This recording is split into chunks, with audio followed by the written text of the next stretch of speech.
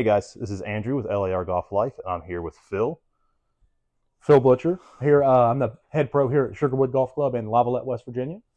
All right, and so today we're going to start our first series of informational instructional videos on golf, and we're just going to start with the most basic elements that we can think of to help you get better at golf. So let's dive in.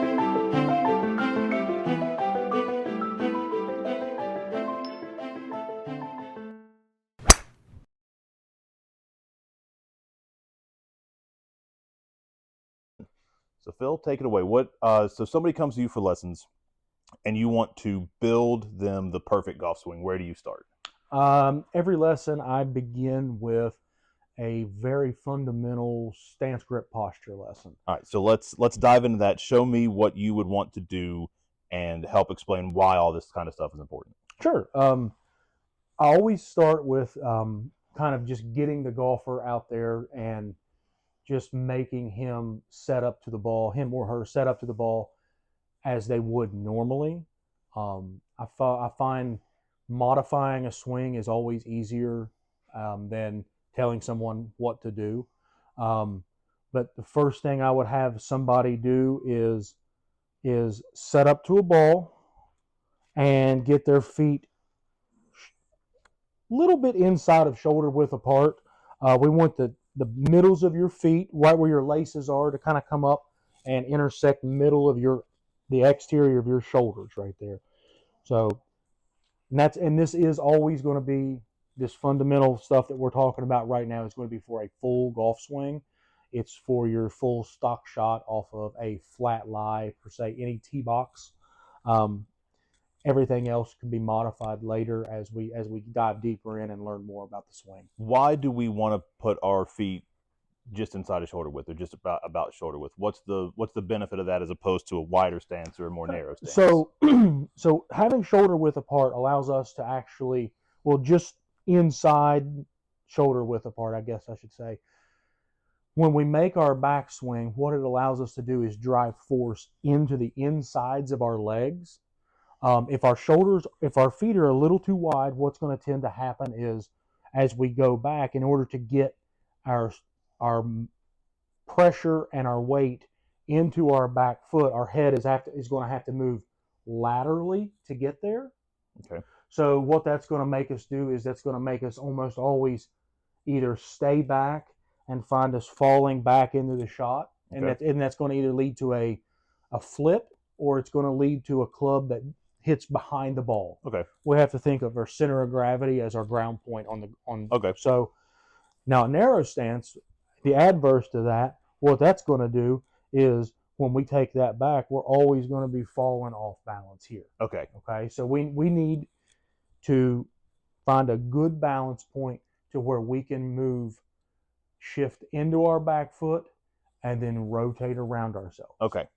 Yep. That all makes sense. We're just going to try to make sure that we are explaining why these things are important as we're going along with them, so that you can see why. Because you might have been playing golf for a while and you say, well, I always do wider. Well, you might be experiencing some of the issues that he was just talking about, which is why we're going to try to reset basic fundamentals in this video. So you've got your stance. We're standing inside of shoulder width apart. Where do we go next? Well, to add to our last thought of our feet, okay? Yeah. One thing I would like to add is, whichever, left-handed or right-handed, I think we need to have our lead leg, the one closest to the target, have it a little bit turned out towards our target. What that's going to do, it's going to externally rotate our hip socket here. What that's going to allow us to do is get a little bit of resistance in our backswing here. It's not going to make us fall into that back foot, but it's going to give us something to actually feel like we're going to hit against here. Okay. Yeah. Adding to that, continuing on down the fundamental thing, the next thing I would teach would probably be grip. Okay. Grip is going to be something that is going to play a huge role in any golf swing. If you're gripping it, now I'm left-handed here, folks. So my grip is going to be the opposite. I can show you left. I can show you right. Start with the one I'm a little better at. What I'll tell every player to do is if we had the club perfectly in the middle of our stance and we held our arms and just let them dangle. Notice how my hands are, when they're loose, how my arms sit. Okay? What I want to do is I just want to bring my arms together and have my hands hit that grip without taking any of my arms and trying to manipulate them under. Okay? What that's going to do is that's going to put us in a very neutral grip, contrary to the right hand here and left hand here. In order to do that, what I've had to do is I've had to turn my shoulders and my elbows under. Now that's put me in a position of not very powerful. We need to feel like our hands kind of fall more on top of that golf club. And then when we come through, now we're going to actually be able to rotate that arm there. But if it was here, we've already externally rotated our arm to the point now we can't turn that club face over. And then I saw, and we hadn't really talked about it. You're still in grip. I saw the fingers interlocked on the back, Yes. and that's almost anybody who's ever picked up a golf club has been told to do that. Can you share with us a little bit of why we want to do that? Absolutely. There's multiple ways to hold a club. I've always held it this way. Most of my students have always held it this way. With the interlocking grip, what that allows to happen is that allows both of our hands to respond equally. If we have a 10-finger grip, most of the time we're going to use our dominant hand, my left, and what you're going to find is when you come down, that hand turns and your non-dominant hand wants to hang on. If anybody's experiencing blisters in their grip, Yeah, that's a lot of times that'll be a 10-finger grip where somebody's just using their dominant hand to try to turn it. And if we can interlock, we can sometimes get those to work in unison there and actually release that club a little better and more on time. Not rip 4 layers of skin off in a swing, which is a pretty important thing to do. All right, so we've got stance, we've got grip. What's the most important part of our address here? Posture. Posture is going to be the way that we stand and address the golf ball. Traditionally, what we want our hip joints to line up very, very close to the back of our shoe, to our ankle sockets there. You'll see a lot of players want to come up and bend those knees. And this is just going to put us in a position to, when we take this back, stand up. I'd much rather see a player more stable in the lower body and leaning a little bit more towards those toes to begin with.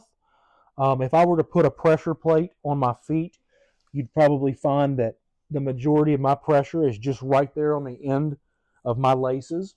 What that's going to allow me to do is when I start this backswing, I'm going to actually now be able to move away from the golf ball and find depth in my golf swing. Anytime you're sitting further back, it's going to promote you to move more towards the golf ball. That's going to result in a lot of early extension. So, and we'll cover that as we move forward. But we're sticking with just a stance and formation and basic address of the ball today, because as we've already covered, we've done 3 things and been talking for a few minutes now. We're not even to your first swing thought. We're not even to actually moving the club yet. We just need to understand these base level fundamentals so all that other stuff works. If we don't do this stuff right, Phil's walked us through, if you do this, then this will happen. There's already been 6 or 7 pitfalls in your swing before we even start thinking about moving the club in any capacity. So it's important that we take the time to learn these fundamentals and why we're doing them and what purpose they have in our swing. So what else do we have on posture? Posture. Another very key ingredient is going to be, instead of the traditional arched back where you have players come in and feel like they kind of stick their chest out, what science has now proven is we need that chest to feel like it's more of a curved stature, feeling almost like we crunch our um, top set of our abdomen Mhm. there, and really get a little bit of core engagement. The core engagement is going to allow us to move that club and take that club away the right way. But if it doesn't engage pre-shot, then it's probably not going to be able to ever be used throughout the shot. Okay. So we've got stance, grip, posture. Anything else we need to worry about in address? I would say for the basic fundamentals, for somebody just learning, I would start with just getting these three very important fundamental steps down. They can all be done at home. They're not something that requires hitting a golf ball. Best thing that you can do is look at yourself in a mirror, because sometimes when you Mhm. need just to be Just able to visual see feedback of yourself. what you're doing and understanding. Yeah. Oh, I am squatting down more than I should be. I'm not as hunched over. I'm not engaging my core. My hands. I've got the club in front of me. I'm not. They're not at rest. My feet are too wide. Because if you've been golfing, and I've been golfing for years, a lot of the stuff gets ingrained in you, and you don't even realize how far off base you are, because it becomes second nature to you. This is how you have learned to address the ball. And that's what we want to do with this video, is give you these things to master and learn that this now becomes your new second nature. You know, this is the right way to stand and address the ball, and eventually you won't need the mirror. I'm sure, Phil, anytime you stand up to the golf ball, do you have any thought about your stance at like your standard stock shot? No, Or is it no, it just, okay, this is what I'm doing, and then you start worrying about your swing thoughts? This is a totally different you realm. could I could almost guarantee that I could set up blindfold and you could measure me, and it's probably going to be the same thing. But that just comes with lots of experience. It comes Yes. with lots of golf. But one thing that you have to learn with this sport is it's a cause and effect sport, and every single thing that you do is going to have a direct effect on something in this swing. And that's what we really want to make sure that we keep reiterating, is that everything has a reason.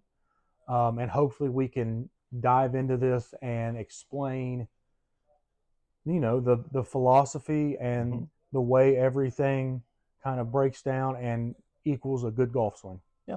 And so I think that's about it for this video. In the next few videos, we'll start working on actual golf swings and some swing thoughts and different things to work on.